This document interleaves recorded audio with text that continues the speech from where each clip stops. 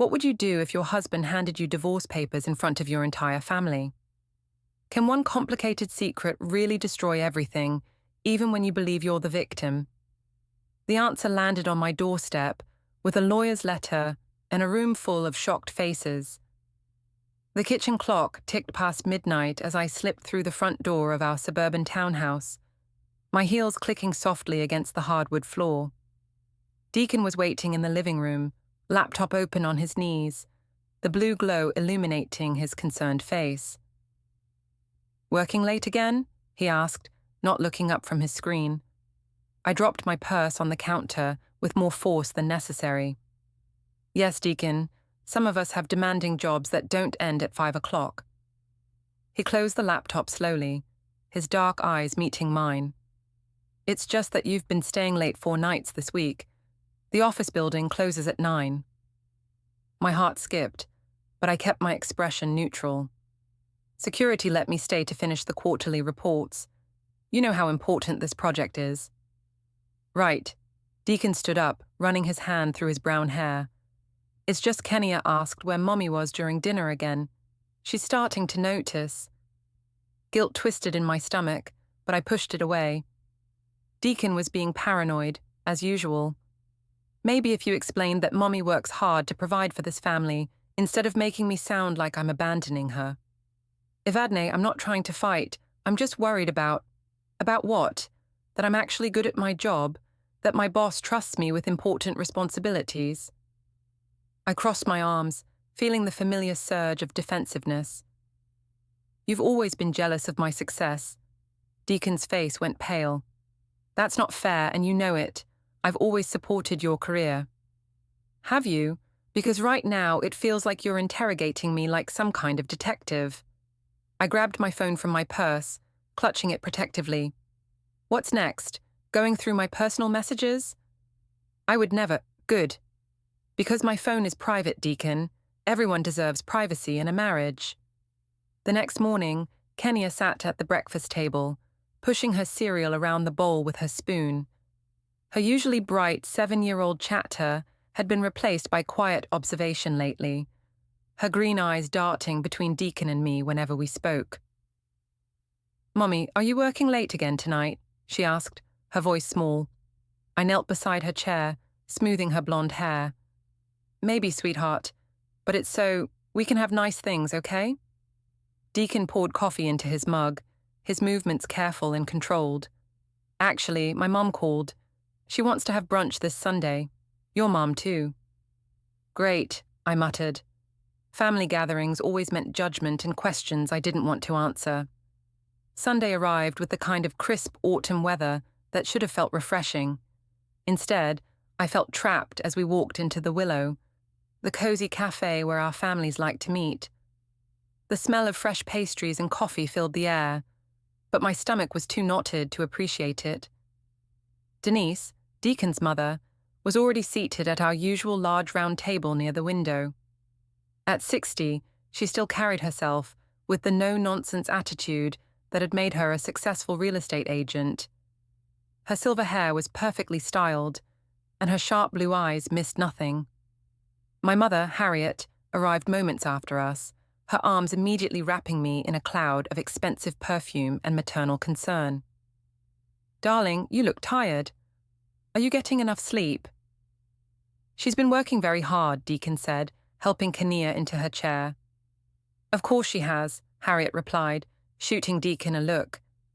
"Evadne has always been dedicated to her career. Not everyone can appreciate that kind of ambition." I felt a flush of gratitude toward my mother.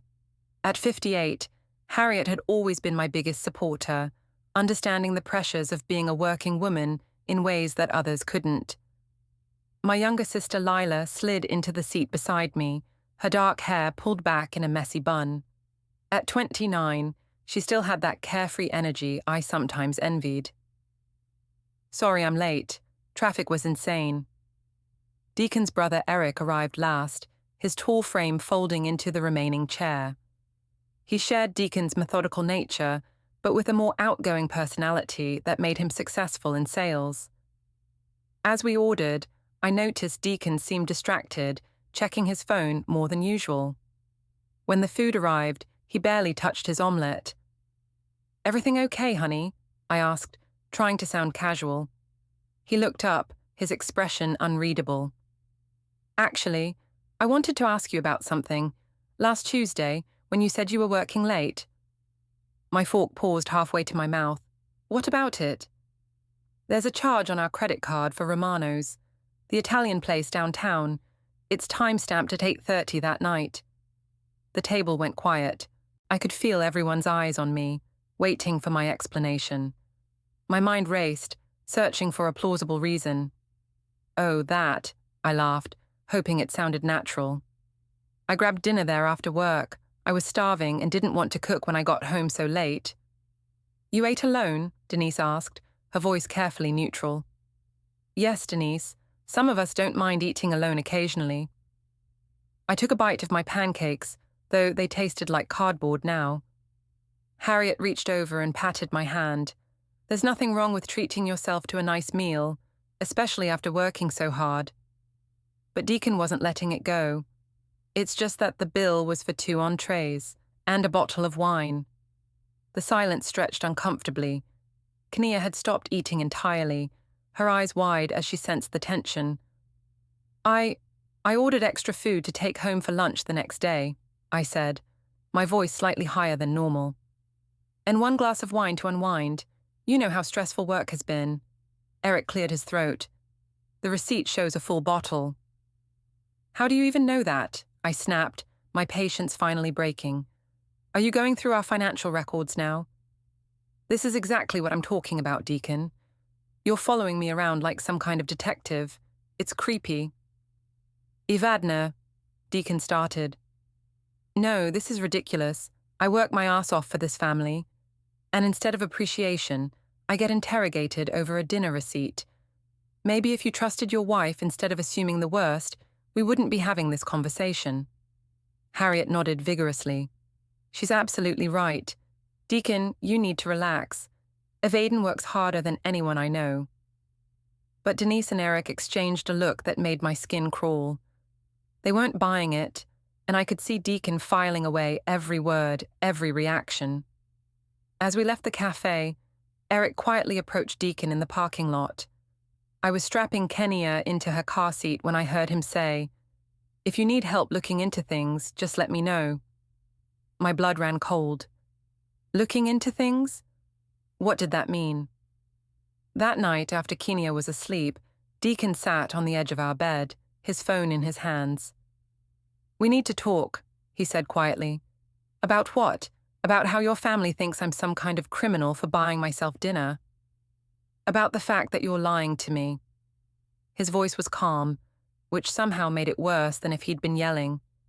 "About where you've been, who you've been with, and why you can't give me a straight answer about any of it."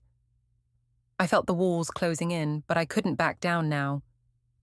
"I'm not lying about anything.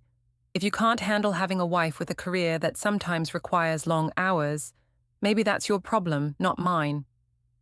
Deacon stared at me for a long moment, then nodded slowly. "Maybe it is." The next few days passed in tense silence. Deacon went to work, came home, helped Kenia with homework, and went to bed without saying more than necessary to me. I told myself I didn't care, that he was being childish and controlling. But the cold shoulder was wearing on me more than I wanted to admit. Wednesday evening, I was in my office cubicle when my phone buzzed with a text from Liam. "Miss you. When can we talk?" I glanced around the mostly empty office. Most of my co-workers had left hours ago, but I'd stayed late again, though not for the reasons Deacon suspected. Well, not entirely. "Soon," I typed back. "Things are complicated at home." "They don't have to be," came his immediate reply. I stared at the message, my heart racing. Liam Forster had been our office supply vendor for 6 months, and what had started as friendly professional conversations had gradually become something more. He was handsome in a rugged way that Deacon wasn't, with sandy hair and green eyes that seemed to see right through me. More importantly, he made me feel appreciated, desired, interesting, all the things I'd been missing at home. Can we meet tomorrow? I typed. Your call. I'm here when you're ready. I deleted the conversation thread and gathered my things. At home, Deacon was reading Kenia a bedtime story, his voice gentle and patient as he helped her sound out the difficult words. For a moment, watching them together, I felt a stab of something that might have been regret. But then I remembered how he'd humiliated me at brunch, questioning me in front of our families like I was a suspect in some crime. The feeling passed. Thursday after work, I met Liam at a small bar across town. He was waiting in a corner booth, already nursing a beer, his smile warm and welcoming when he saw me approach. Rough day, he asked as I slid in across from him. Rough week, rough month, honestly. I signaled the waitress for a wine. Deacon's been acting paranoid lately, questioning everything I do, everywhere I go. Liam reached across the table and covered my hand with his. That must be exhausting. His touch sent electricity through me, the same feeling I'd been chasing for weeks now. It is. I feel like I'm walking on eggshells in my own home. You deserve better than that, Evadne. You deserve someone who trusts you, who appreciates what an amazing woman you are. The wine arrived and I took a long sip, feeling some of the day's tension melt away. This was what I'd been missing. Someone who saw me as more than just a wife and mother. Someone who made me feel alive again. We talked for 2 hours, his hand occasionally brushing mine, his eyes never leaving my face. When he walked me to my car, he pulled me close, his lips finding mine in a kiss that was both gentle and urgent. I should go, I whispered against his mouth, though I made no move to pull away. I know, he said, but his arms tightened around me. Text me when you get home safe. I nodded, my heart pounding as I drove home through the dark streets. Deacon was already in bed when I slipped into the house, pretending to be asleep, though I could tell by his breathing that he wasn't.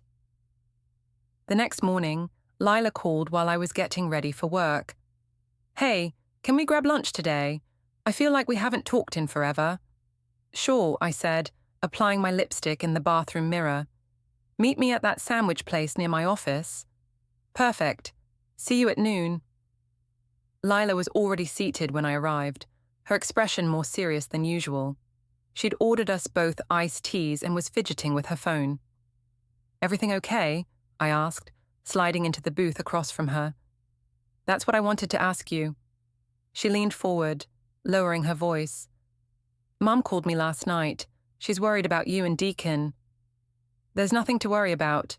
Deacon's just going through some kind of midlife crisis where he thinks I'm cheating on him, or something equally ridiculous. Are you? The question was so quiet I almost didn't hear it. Am I what? Cheating on him. I felt like she'd slapped me. Lila, how can you even ask me that? Because you've been acting weird for months. Staying out late, being secretive about your phone, and the way you deflected all his questions at brunch. She trailed off, studying my face. I'm your sister. I know when you're hiding something. I'm not hiding anything. I'm working hard and trying to advance my career, and apparently that makes me suspicious. I took a sip of my tea, trying to appear calm. If my own family can't support me, who can? Lila sighed. Of course I support you, I love Deacon too. And Kenia. If something's going on... Nothing's going on, I said firmly. Deacon is being paranoid and controlling, and instead of taking my side, everyone's acting like I'm the problem. My phone buzzed with a text. Without thinking, I glanced at it and saw Liam's name. Thinking about you, the message read, followed by a heart emoji. I quickly turned the phone face down, but not before Lila caught a glimpse of the screen. Who's that? She asked. Work stuff, I said quickly. Look, I need to get back. Big project deadline this afternoon. I left money on the table and hurried out, my heart pounding. This was getting out of hand. I needed to be more careful. That evening, Deacon was helping Kenia with her math homework at the kitchen table when I walked in. She looked up with a smile that made my chest tight. Mommy, Daddy's helping me with fractions. Want to see? That's great, sweetheart, I said, kissing the top of her head. But Mommy needs to make some work calls. I went upstairs to our bedroom and closed the door, then called Liam. Hey, beautiful, he answered on the first ring. We need to be more careful, I said without preamble. My sister's getting suspicious. Maybe that's not such a bad thing. What do you mean? I mean, maybe it's time to stop sneaking around. You're not happy in your marriage, Evadne. Anyone can see that. It's not that simple. I have Kania to think about. Kids are resilient. She'd rather have a happy mom than parents who are miserable together. I heard footsteps in the hallway and lowered my voice. I have to go. We'll talk tomorrow. I love you, he said softly. The words hung in the air after I ended the call. He'd never said that before, and I'd never said it back, but hearing it made something flutter in my chest, a feeling I hadn't experienced in years. A soft knock on the bedroom door interrupted my thoughts. Come in, I called, quickly putting my phone in the nightstand drawer. Deacon entered, his expression unreadable. Kania's asking for you. She wants you to tuck her in. Of course. I stood up, smoothing my hair. I was just finishing up some work calls. At 8 o'clock at night. Client on the West Coast, I said, brushing past him toward Kania's room. But I could feel his eyes on me as I walked down the hall, and I knew he wasn't buying it. The following week, I agreed to meet Liam at his company's warehouse after hours. He'd been texting me constantly, saying we needed to talk face-to-face about our future. The building was empty except for the security guard, who barely looked up from his newspaper as I signed in.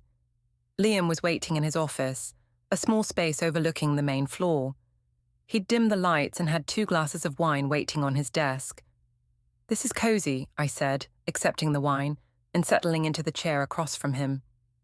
I've been thinking about what we talked about, he said, not bothering with small talk. About you and Deacon. Liam, hear me out. He came around the desk and leaned against it, close enough that I could smell his cologne. I know this is complicated, but I can't keep pretending I don't have feelings for you. My heart raced. I have feelings for you too. You know that. Then why are we still sneaking around? You're miserable at home, and I'm falling in love with a woman I can only see in secret. He reached for my hands, pulling me to my feet. There has to be a better way. There will be. I just need time to figure out how to handle Deacon. He's already suspicious. Maybe that's good. Maybe it's time for everything to come out in the open. You don't understand. Deacon isn't just suspicious, he's becoming obsessive. He questions everything I do, everywhere I go. If he finds out about us... What? What's the worst that could happen? You get divorced and we can actually be together? I pulled away from him. It's not that simple. There's Kenya and the house and our families. Deacon's family already thinks I'm some kind of villain just for working late. Liam's expression darkened. So you're going to stay married to a man who doesn't trust you, who makes you feel like a prisoner in your own life? I didn't say that. I just said it's complicated. Everything's complicated with you, Evadne. When does it get simple? Before I could answer, his phone rang. He glanced at the screen and frowned. I should take this. It's a client. While he talked, I wandered to the window overlooking the warehouse floor. The vast space was eerily quiet, filled with shadows and the shapes of covered equipment. I thought about what Liam had said. Was I really miserable at home? Or was I just bored, restless, looking for excitement in all the wrong places? My phone buzzed with a text from Deacon. Where are you? Kenya's asking for you. Working late again, I typed back. Be home soon. At the office, I hesitated, then typed, yes, big deadline tomorrow. When Liam finished his call, he found me still staring out the window. Everything okay? He asked, wrapping his arms around me from behind. Deacon's texting. I should probably go. Or you could stay. His lips found my neck, sending shivers down my spine. Tell him you're staying over at Lila's. I can't. Kania's expecting me. He turned me around to face him, his hands cupping my face. When are you going to choose us, Evadne? Really choose us? I am choosing us. I'm here, aren't I? You're here, but you're still going home to him. You're still lying to protect his feelings while ignoring your own happiness. It's not about protecting his feelings. It's about protecting my daughter. From what? From having a mother who's actually happy? I didn't have an answer for that. Instead, I kissed him, pouring all my confusion and desire and guilt into the contact. He responded immediately, his hands tangling in my hair, pulling me closer. When we finally broke apart, both of us were breathing hard. I should really go, I whispered. I know. But he didn't let go of me. Just think about what I said, okay? About us having a real future together. I nodded and gathered my things, my mind spinning as I drove home through the dark streets. Deacon was waiting up again, sitting at the kitchen table with his laptop and a cup of coffee that had probably gone cold hours ago. How was work? He asked without looking up. Fine, long, the usual. I hung my purse on the hook by the door, avoiding his eyes. Did you finish the big deadline project? For a moment, I couldn't remember what he was talking about. Then I remembered my text. Oh, yes, finally got it submitted. He nodded slowly, still typing. That's good. Kenya waited up as long as she could, but she fell asleep around 9. Guilt twisted in my stomach. I'll check on her. Kenya was sleeping peacefully, her blonde hair spread across her pillow, one arm wrapped around her favorite stuffed elephant. She looked so innocent, so trusting. For a moment, I wondered what I was doing, what I was risking. But then I thought about Liam's words, about choosing my own happiness. Didn't I deserve to feel alive, desired, appreciated? Didn't I deserve love that didn't come with suspicion and interrogation? When I came back downstairs, Deacon had closed his laptop and was rinsing his coffee mug in the sink. I'm going to bed, he said quietly. I'll be up in a minute, just need to check my emails. He paused at the kitchen doorway. Evadne? Yeah? Are we okay? Really okay? The question hung in the air between us, loaded with everything we weren't saying. I could have told him the truth then. I could have admitted that I was confused, that I'd made mistakes, that I needed help finding my way back to us. Instead, I said, Of course we're okay. Why wouldn't we be? He stared at me for a long moment, then nodded. Right, good night. After he went upstairs, I sat at the kitchen table with my phone, staring at the last text from Liam. My finger hovered over his contact information. I could block him right now, end this before it went any further. But then I thought about Deacon's questions, his suspicions, the way he'd made me feel like a criminal for working late. If I blocked Liam now, wouldn't that prove Deacon was right to be suspicious? Wouldn't it validate his paranoid behavior? I put the phone away without blocking anyone. The next morning, Lila called while I was getting dressed for work. Hey, I wanted to apologize for yesterday. I shouldn't have interrogated you like that. It's okay, I said, though it wasn't really. You were just worried. I was, but I trust you, and I should have said that instead of making accusations. Thank you, that means a lot. So we're good. We're good. But as I hung up, I caught sight of myself in the bedroom mirror. My cheeks were flushed, my eyes bright with the kind of excitement that came from living dangerously. I looked like a woman with secrets, and maybe that's exactly what I was becoming. Sunday dinner at our house had been a tradition for years, but this week it felt more like a tribunal. Deacon had invited his parents and Eric, while I'd asked my mom and Lila to come as well.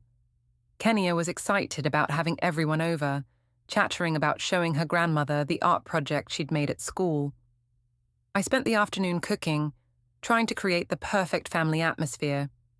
If I could just get through one normal evening, maybe Deacon would stop being so suspicious and things could go back to how they used to be. But as soon as everyone arrived, I could feel the tension in the air.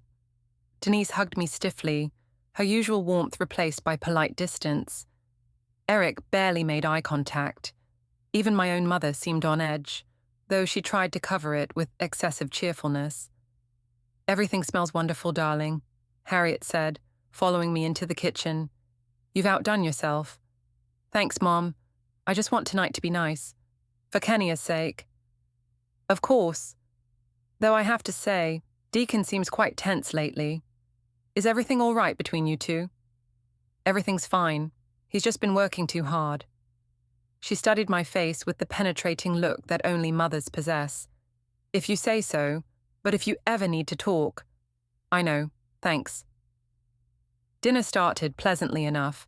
Kenya regaled everyone with stories from school, and we all admired her latest artwork. For a while, it felt almost normal. Then Deacon cleared his throat. Actually, there's something I wanted to discuss with everyone here. My fork froze halfway to my mouth. Deacon, maybe we should... No, I think it's important that our families know what's been going on. His voice was calm, but I could see the steel in his eyes. Evadne, you said you were working late last Tuesday night, correct? We've been through this, I said, my voice sharper than I intended.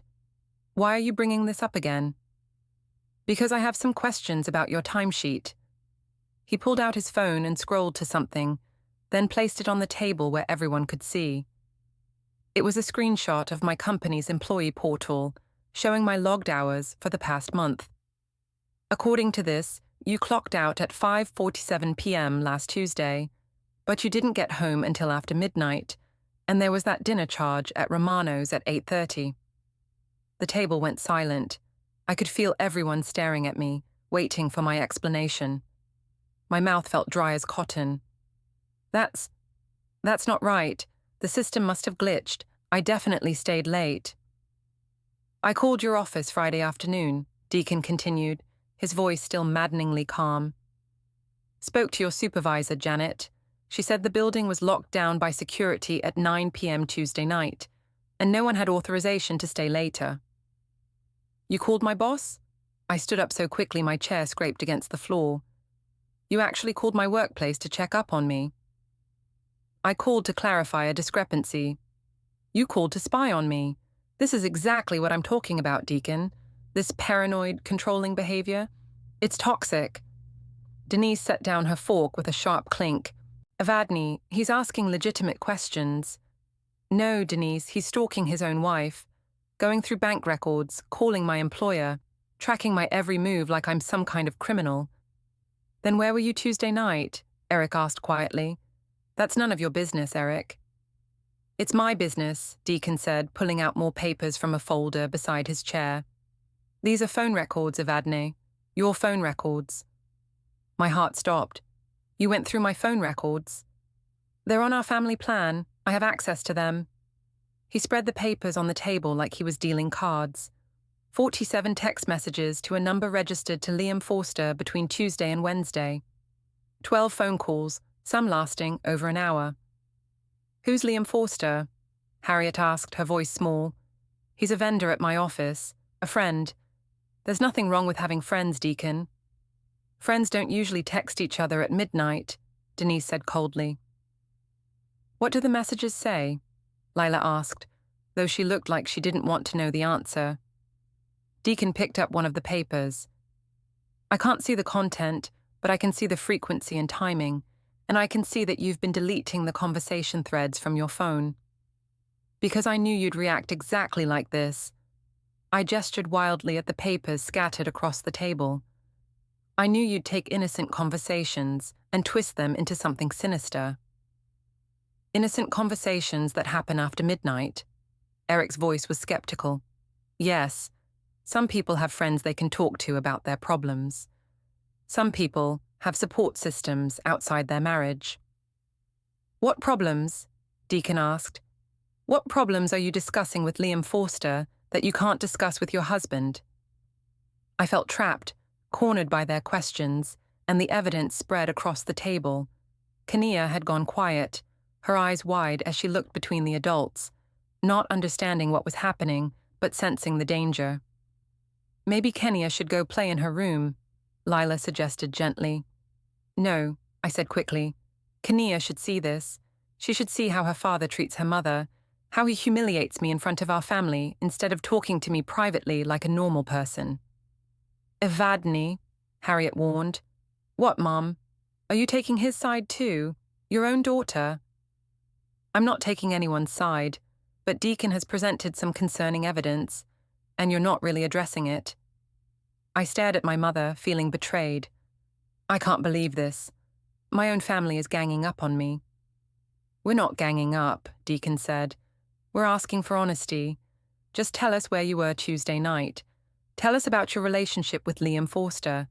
Tell us why you're deleting text messages and lying about working late. I'm not lying about anything. Then explain this. Deacon pulled out his phone again and showed another screenshot. This is from your Instagram story, posted at 9:15 p.m. Tuesday night. You're clearly in a restaurant, and there's someone sitting across from you. You can see their hands in the shot. I grabbed for the phone, but he pulled it back. You're screenshotting my social media now.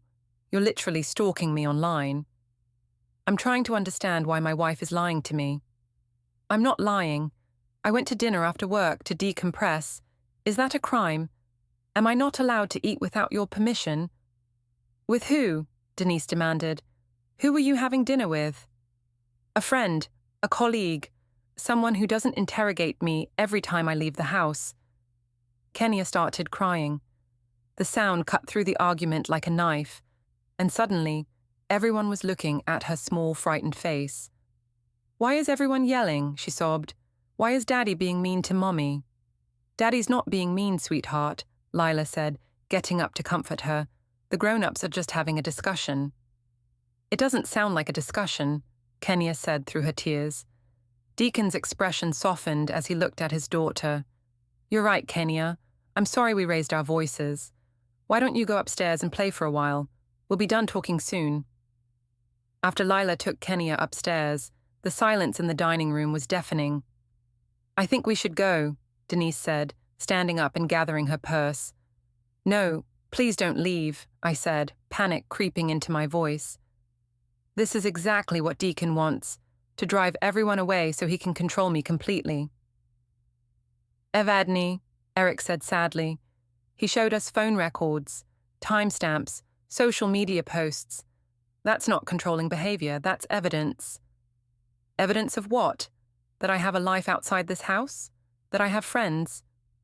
Evidence that you're having an affair, Denise said bluntly.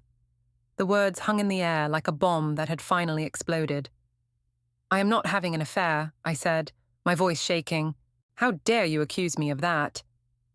Then what would you call it? Deacon asked quietly. I'd call it friendship.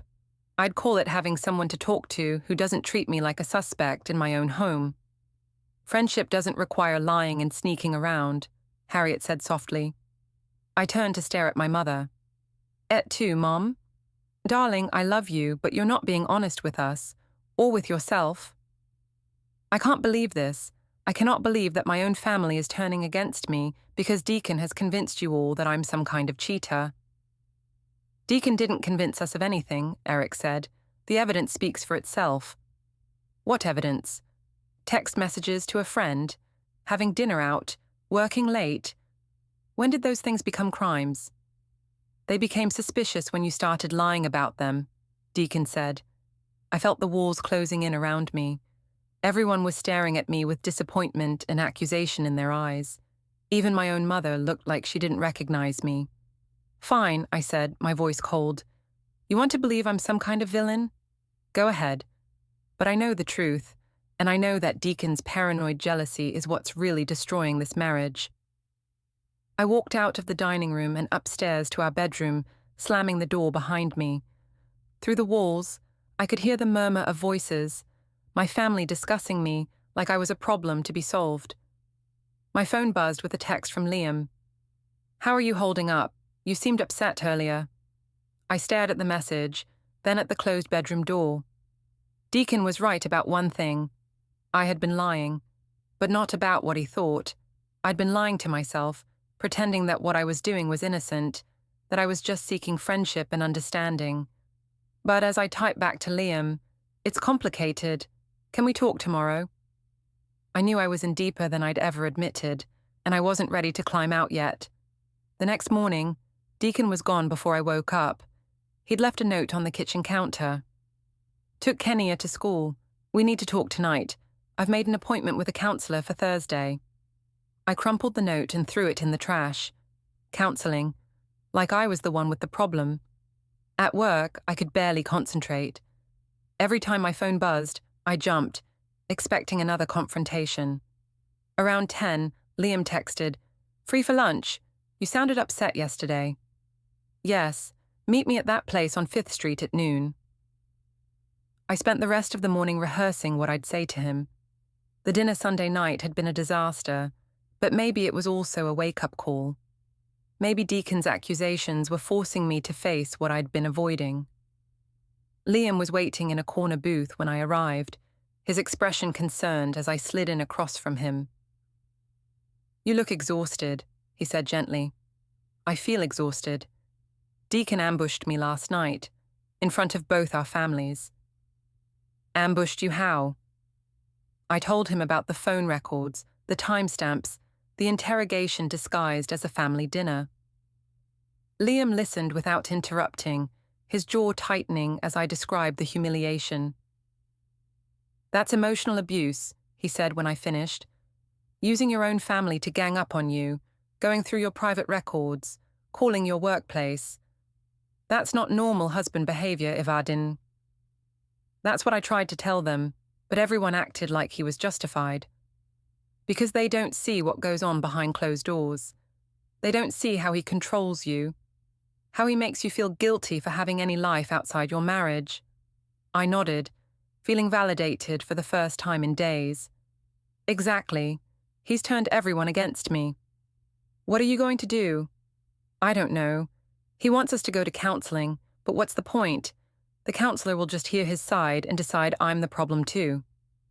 Liam reached across the table and took my hand. "Maybe it's time to stop trying to save something that's already broken. It's not that simple. There's Kenya, and the house, and you're miserable. You said it yourself. He's controlling, paranoid, emotionally abusive. Is that the kind of marriage you want Kenya to think is normal?" I pulled my hand away, suddenly uncomfortable with the direction of the conversation. "I need to think." "Of course. But Evadne, you have options. You don't have to stay trapped in a toxic situation." That afternoon, I tried calling Lila, but it went straight to voicemail. I tried my mother next, but she sounded distant, distracted. "I'm at the grocery store, darling. Can I call you back?" "It's important, Mom." "So is getting dinner on the table. We'll talk later." The dismissal stung. Since Sunday night, I felt like I was radioactive, like everyone was avoiding me until I came to my senses and admitted to crimes I hadn't committed. Well, not entirely. I picked Kenya up from school that afternoon, grateful for her chatter about her day, her innocent questions about what we'd have for dinner. She was the one person in my life who still looked at me with uncomplicated love. "Mummy, why was everyone upset yesterday?" she asked as we drove home. "The grown-ups were just having a disagreement, sweetheart. It's nothing for you to worry about." "Are you and Daddy getting divorced?" The question hit me like a physical blow. "Why would you ask that?" "Because Emma's parents got divorced, and she said they used to yell at each other like you and Daddy did yesterday." I pulled into our driveway and turned to face her. "Daddy and I love each other very much, and we love you more than anything in the world. Sometimes grown-ups disagree, but that doesn't mean we're getting divorced." She nodded solemnly, but I could see the worry in her green eyes. That evening, Deacon came home with take-out Chinese food and a determined expression. "We need to talk," he said after Kenya was in bed. "I'm listening." We sat at the kitchen table with the containers of food between us, neither of us eating much. I made an appointment with Dr. Sarah Chen for Thursday at 7. She's a marriage counselor who comes highly recommended.